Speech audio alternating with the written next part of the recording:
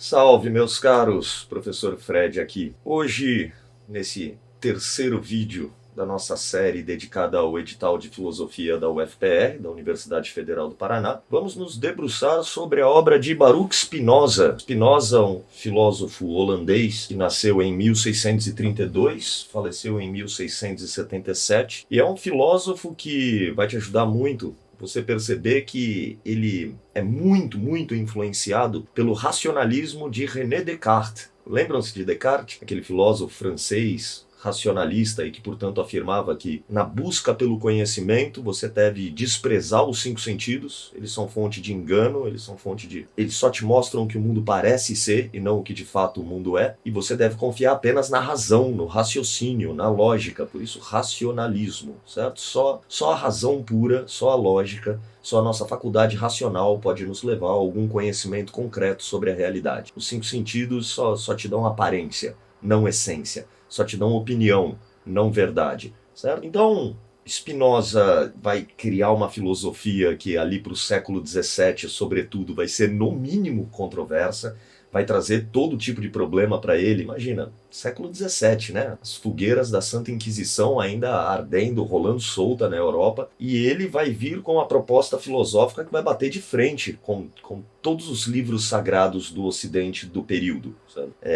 Razão pela qual ele vai apanhar na rua, vão tentar assassinar ele a facadas no meio da rua, até o fim da vida ele guardou a jaqueta, né, com o furo da facada que ele tomou, só para ele nunca se esquecer do que ele passou. E alguém que vai ser expulso da comunidade cristã, expulso pelos cristãos, né, de tudo que é lugar. Os livros dele vão ser colocados no códice de livros proibidos pela igreja, todos queimados nas fogueiras. Os judeus, ele era de família judaica, vão excomungar ele, vão expulsar ele da comunidade judaica, ou seja, inimigos de cristãos, inimigos de judeus, ele não tinha quem lhe desse amparo, razão pela qual viveu a vida inteira sozinho, em pobreza absoluta, e morreu cedo, né? Imagina, tendo que, para sobreviver, polir lente de telescópio e de tanto aspirar aquela poeira, aqueles fragmentos. Aquilo causou a ele um problema pulmonar que levou à sua morte. Então, um homem com uma biografia muito triste em virtude do caráter de sua filosofia, que era no mínimo revolucionária. Tudo bem? Qual é a ideia aqui? A obra pedida pelo FPR é o apêndice do livro 1 de uma obra chamada Ética Demonstrada à Moda dos Geômetras. Ética Demonstrada à Moda dos Geômetras. Isso mostra o caráter racionalista da filosofia dele, né? Quase matemático. Você lê o texto dele e parece que você está acompanhando uma equação de matemática mesmo, né? É linha por linha, é um texto até difícil de ler, porque tudo a que ele refere, a cada frase, ele diz, conforme vimos na proposição tal, no colorário, não sei o que. Então, é um livro que você não lê, que você estuda, que você vai indo e voltando as páginas, os parágrafos para ir vendo, né, em que ele fundamenta tudo o que ele fala, tudo logicamente preciso, ordenado. Aliás, é um trecho muito curto, o pedido pelo FPR, muito curtinho mesmo, são 6 páginas, dependendo da tradução chega a 8, mas a versão que eu tenho aqui são de 6 páginas. Vou até disponibilizar o link com essa versão para vocês em algum lugar aí, sei lá como se faz. Marco, me ajuda, disponibiliza para a galera o linkzinho, porque aí vocês podem clicar em cima e ler. E essa particularmente eu recomendo, porque, você lê em 40 minutos, lendo no ritmo que exige, né? Devagar, voltando, prestando atenção a cada termo, a cada conceito. Isso vai te ajudar muito porque a UFPR geralmente coloca um fragmento do texto no enunciado, e aí, tendo lido essas 6 pagininhas, você certamente vai passar o olho em cima do que o enunciado vai cobrar de você. Então isso vai facilitar bastante, já te familiariza com a coisa, tá? Dá uma lida, vale a pena. Tendo sempre em vista esse caráter técnico da obra, tá? Então, caso você venha a discordar, como quase todo mundo fez, discordar do que ele pensa, do que ele propõe, sugiro que não fique só na aula. Vá ver como ele demonstra as proposições dele, porque aí a riqueza é outra, né? Aí a gente tá falando de outro degrau, outro patamar. Então, faça isso, fica a dica. Muito bem, digo, um filósofo odiado por quase todos, porque ao mesmo tempo em que ele foi achincoalhado à época dele, ele vai influenciar uma porrada de pensadores posteriores, Hegel, Schiller, o próprio Nietzsche, ao ler A lei Spinoza manifesta, eis alguém que entendeu algo sobre alguma coisa. E para Nietzsche dizer isso de alguém, vocês imaginam. Muito bem. Então, a gente tem que começar do ponto de partida, mesmo que não seja o problema, a temática principal desse fragmento de texto que vai cair na UFPR, a base de tudo que Spinoza diz é o seu conceito de Deus. Imagina, século XVII, ele vivia numa época em que cristãos, judeus, islâmicos lá no leste europeu afirmavam que Deus é um só e que ele é uma força transcendente, criadora do universo, benevolente, né, para quem você pode se ajoelhar e em prantos pedir por favores, pedir por auxílio, ele correrá até você e lhe auxiliará, ou seja, essa força do bem, essa força dos propósitos e finalidades positivas, etc, etc. Eterno, perfeito, imutável. Muito bem. O que Spinoza vai dizer? A conta não fecha, cara. Vocês falam de um Deus, mas o modo como vocês enxergam Deus vai na contramão de todos os atributos que vocês dão a Deus. Porque, vamos começar falando claramente. Se existe uma força chamada Deus, certo? E Spinoza não nega isso em momento nenhum, muito pelo contrário. Mas, quando falamos Deus, por definição, por terminologia, necessariamente você está se referindo a uma força, a uma instância eterna, perfeita, imutável e única. Né? Definição de Deus. Só um minuto, Marco. Então, meu irmão está chegando de carro, aí rola uma barulheira. Se estamos falando de Deus, estamos, portanto, falando daquilo que é tudo. Se Deus é um só e ele é infinito, ele tem que ser tudo. Porque se existe algo que não é Deus, então Deus não é tudo. E também não é infinito, né? Porque ele vai ter um limite. Aquilo que não é Deus é o limite do divino, certo? Então se Deus é uma força criadora do universo e, portanto, Deus é uma coisa e o universo é outra, Deus é o criador, o universo é a criatura, então esse Deus ele não pode ser ilimitado, porque o limite da existência de Deus é a sua criatura, é o seu não ser, né? É a natureza, é o mundo, é o universo. Então, para que Deus seja um, e seja o todo, e seja infinito, e seja ilimitado, ele, portanto, tem que compreender toda a existência. Deus é. Acabou. Mas é o quê? Tudo, tudo. Deus é tudo. Isso fica muito bem sintetizado numa frase emblemática de Spinoza em que ele diz, em latim, Deus sive natura. Deus sive natura. Deus, portanto, natureza. Ou seja, o que é o Deus spinozano? Toda a criação. Eu, a webcam, você, a mesa, a árvore, a cortina, a cunhada, tudo. Tudo é Deus. O Vesúvio entrando em erupção é Deus, o coronavírus é Deus. Tudo é Deus, tudo é Deus. O assaltante e o assaltado, tudo é Deus. Então aqui, algumas palavrinhas que é bom que você esteja familiarizado, algumas terminologias que de repente podem estar ali entre as alternativas e te pegar, porque não sei o que elas significam. A palavra imanência pode ser útil, tá? O Deus de Spinoza é um Deus imanente. Imanente é o oposto de transcendente. O que é um Deus transcendente? Um Deus que cria o universo e, portanto, ele é o criador e o universo é outra coisa, é a criatura, certo? Deus transcende a sua criação, ele está acima da criação. Um Deus imanente, como diz Spinoza, é um Deus que se fez universo, se fez natureza. Ele não é algo separado de sua obra, ele é a materialização da sua obra. Ele se constitui a criatura. Criador e criatura ao mesmo tempo. Uma palavra que pode ser útil também é a ideia de panteísmo. Panteísmo. A crença em Deus de Spinoza é uma crença panteísta. Theos vem de Deus, no grego, e pan significa tudo, ou seja, tudo Deus. Tudo Deus. Panteísmo. Como em Peter Pan. O que é um Peter Pan? É um tudo Pedro. É todo Pedro. Panteísmo. Muito bem. Deísmo é uma palavra importante. Deísmo. A ideia de que só a razão pode explicar Deus. Os 5 sentidos não dão conta porque eles te enganam. Certo? Então todas as palavras podem acabar aparecendo na prova, mas a minha maior aposta é o termo do próprio Spinoza, em que ele fala de natureza naturante e natureza naturada. Natureza naturante e natureza naturada. O que é a natureza naturante? Os aspectos criadores da natureza, certo? Se Deus fez meus pais, então Deus é a natureza naturante e meus pais a natureza naturada, que foi feita, que é resultado da natureza naturante. Se eu sou filho dos meus pais e, portanto, eles me fizeram, em relação a mim, meus pais são a natureza naturante e eu a natureza naturada. Se eu, natureza naturada dos meus pais, faço um desenho, então aquele desenho é a natureza naturada e eu a natureza naturante, o feitor, o gerador daquele desenho. Mas note, é tudo natureza, é tudo Deus, é tudo Deus. A natureza, os meus pais, eu, meu desenho, tudo Deus, tudo natureza. Algumas vezes atuando de maneira naturante, geradora, algumas vezes agindo de maneira naturada, como resultado, como geração. Ficou claro? Tudo bem? Conceitos interessantes para você ter aí na cabeça, porque podem te ajudar na hora de resolver, seja lá que questão eles vão colocar na prova. Muito bem. Tá, mas então tudo é Deus, professor? Tudo que é bem, tudo que é mal? Olha, guarda na gaveta esses conceitos de bem e mal, que isso a gente vai ver mais pra frente, e é a minha aposta, que é pra onde vai a questão da UFPR, tá? Mas vamos seguir adiante. Você quer imaginar a natureza spinozana? Imagina o seguinte, faça uma analogia tosca entre astrofísica e biologia. Imagine que cada sistema solar é uma célula do corpo de Deus. Cada sol, um núcleo de cada uma dessas células, e cada planeta, um elétron, um fóton que fica orbitando esse núcleo.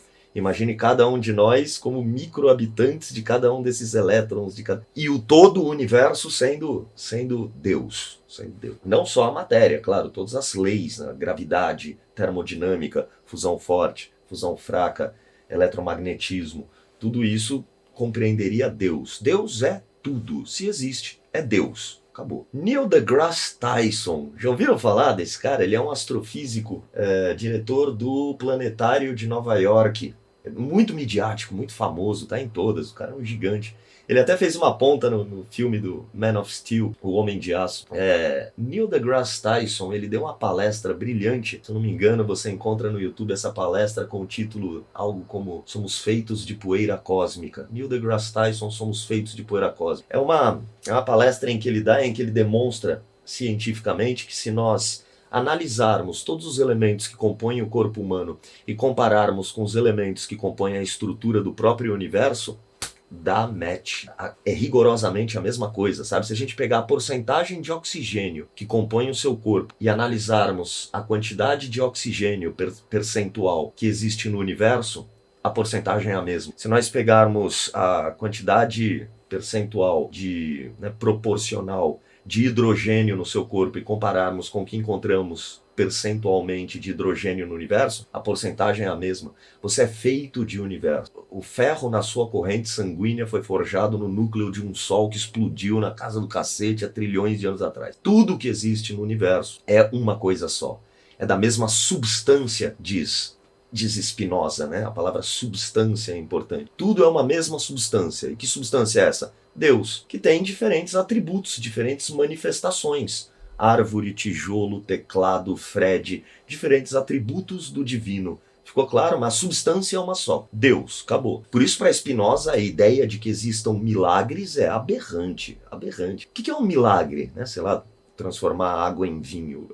É uma violação das leis da natureza. É uma violação da própria natureza. E, portanto, seria uma violação do próprio conceito de Deus. Deus é a natureza. Então não existe uma ideia de sobrenatural ou coisa do gênero. Nada é sobrenatural, nada está além de Deus. Deus é tudo. Fechou? Estamos bem? Legal. Tendo entendido isso, essa base, Deus é tudo, essa ideia panteísta de natureza naturante, natureza naturada, Deus como a única substância que regula tudo, a gente vai para o ponto nevrálgico, para o ponto central, para o problema que Spinoza aborda na sua ética. O problemão todo aqui é que Spinoza contesta a ideia de que as coisas possuam uma finalidade. Não existe uma finalidade para as coisas, não existe um sentido para a vida. Não existe um propósito maior para as coisas. Não existe. Deus é causa de si mesmo. Deus se basta. Por que o universo é assim? Por que essas coisas acontecem? Acontecem porque acontecem, cara. Porque só poderiam acontecer dessa maneira. Spinoza é um determinista.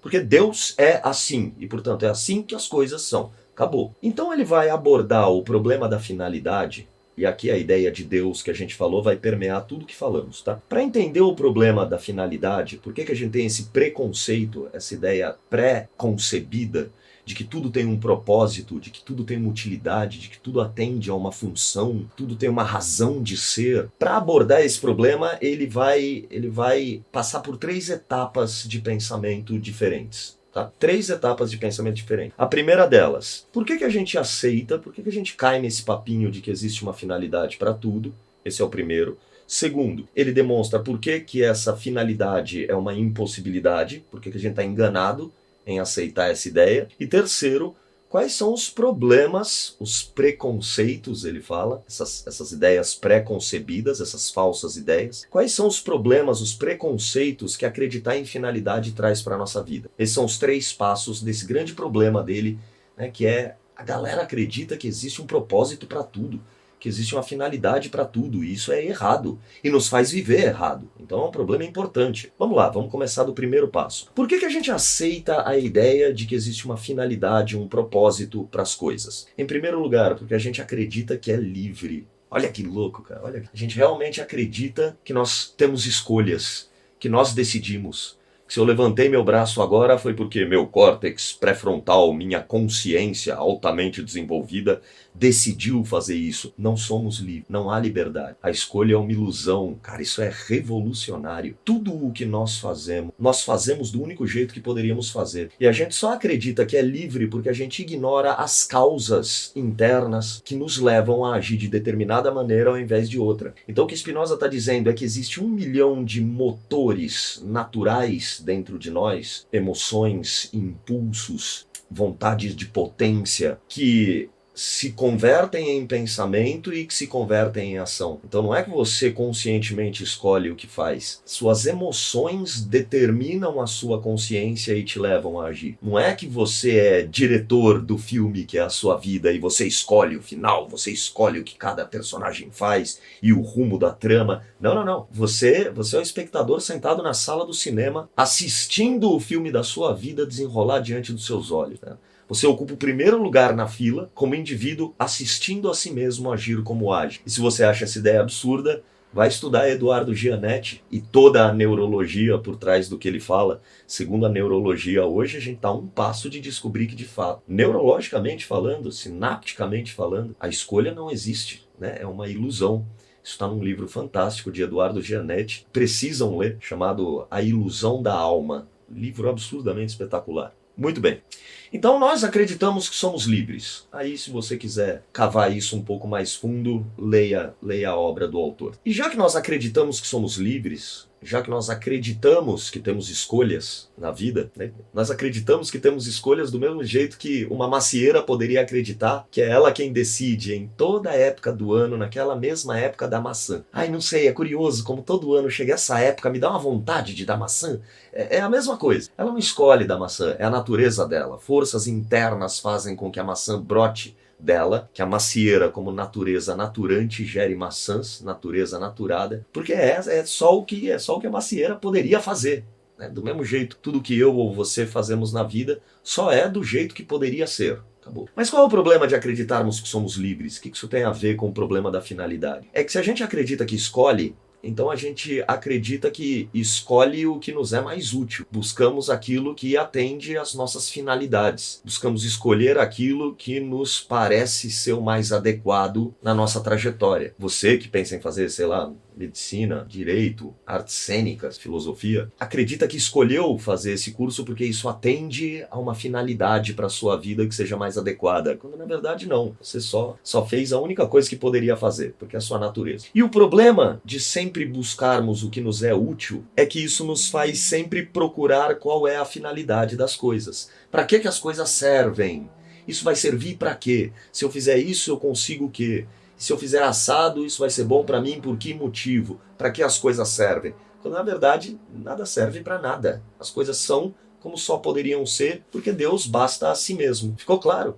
Então a gente acredita que as coisas têm uma finalidade porque a gente acredita ser livre. Acreditando ser livre, buscamos o que é útil para a gente e buscando sempre o que é mais útil para a gente, acreditamos que as coisas têm uma finalidade que lhes é própria. Muito bem. Por que finalidade não existe segundo Spinoza? Porque Deus é a finalidade de si mesmo. Se você diz que algo serve para alguma coisa, ora, tudo que existe é Deus. Então Deus serve para alguma coisa? Deus é servil? Não, Deus basta-se a si mesmo. Ele é existência absoluta e necessária. Ele não serve para nada, ele não tem uma utilidade, ele simplesmente é.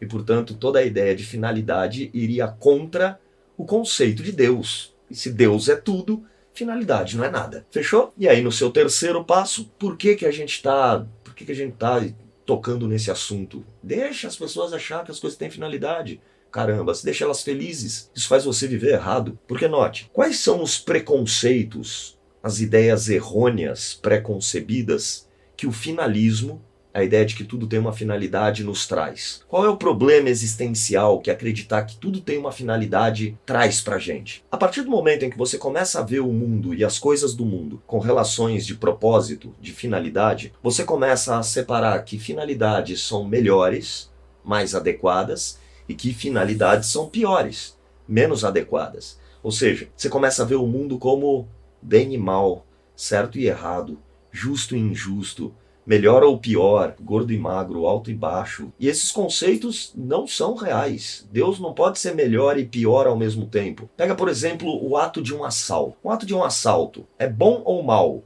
Ele é os dois ao mesmo tempo. Ao mesmo tempo que ele é ruim para a vítima, ele é bom para o agressor. Por isso o agressor assalta. E isso para tudo na vida. Bem e mal, certo e errado, justo e injusto, são pontos de vista que nós adotamos por quê? Porque nossos sentidos nos enganam. A gente vai chamar de bom aquilo que agrada aos 5 sentidos, a gente vai chamar de ruim aquilo que desagrada aos 5 sentidos. A gente vai chamar de caos aquilo que nos parece desordenado e vai chamar de ordeiro, de cósmico, de algo em ordem, aquilo que faz sentido para o nosso entendimento, para as nossas percepções do mundo. A gente vai chamar de frio aquilo que nos agride, de calor o que nos agrada. Todos esses exemplos do próprio Spinoza, né? Feio, aquilo que agride a nossa visão, e belo, aquilo que agrada a nossa visão. Então, todos os nossos falsos conceitos de bem e mal, certo e errado, justo e injusto, eles derivam do fato de que nossos 5 sentidos nos enganam e não nos deixam ver a sublime perfeição que toda a natureza é, em todas as suas facetas, em todas as suas manifestações, em todos os seus aspectos. É como se a gente tivesse inserido demais dentro da obra para poder nos afastar e ver como ela é de longe, sabe? A gente não consegue ter esse distanciamento. Então, iludidos pelos 5 sentidos, começamos a julgar o mundo, julgar Deus. Caraca, que errado. Então note, como você acredita que você é livre, você tem livre arbítrio, para e pensa.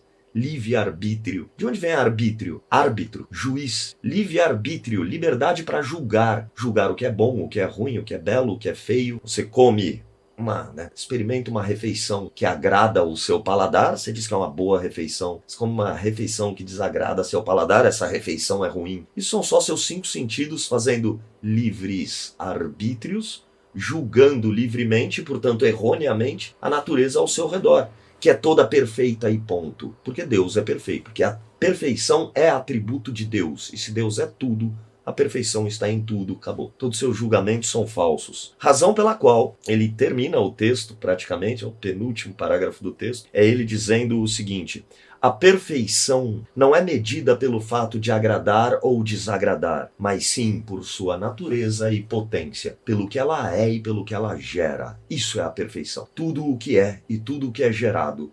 E não se isso te faz feliz ou triste, porque o agrado e o desagrado das coisas da vida são enganos dos seus 5 sentidos. São ilusões de percepção da realidade. Tá claro? Tudo bem? Conseguiram entender Spinoza? Deus é tudo. E o problema é que nós não conseguimos entender esse tudo que é Deus, que inclusive nós fazemos parte, porque acreditamos numa falsa ideia de finalidade para as coisas. Quando nada tem finalidade, nada tem razão de ser. Estamos aqui porque estamos aqui. E um dia você vai morrer.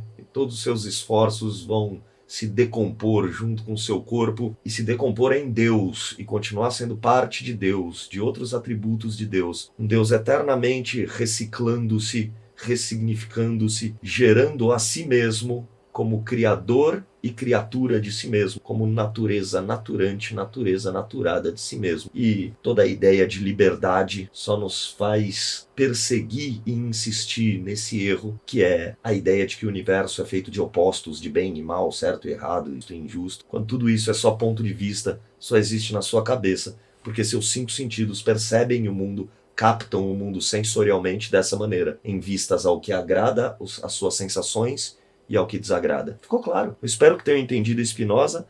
À luz dessa aula, suponho que o texto vai ficar claro, não é um texto difícil, é uma versão do texto com muito menos rocambolesca, sabe? Muito menos de acordo com o que vimos aqui, de acordo com o que veremos adiante, de acordo com o postulado tal, visto na página não sei o quê.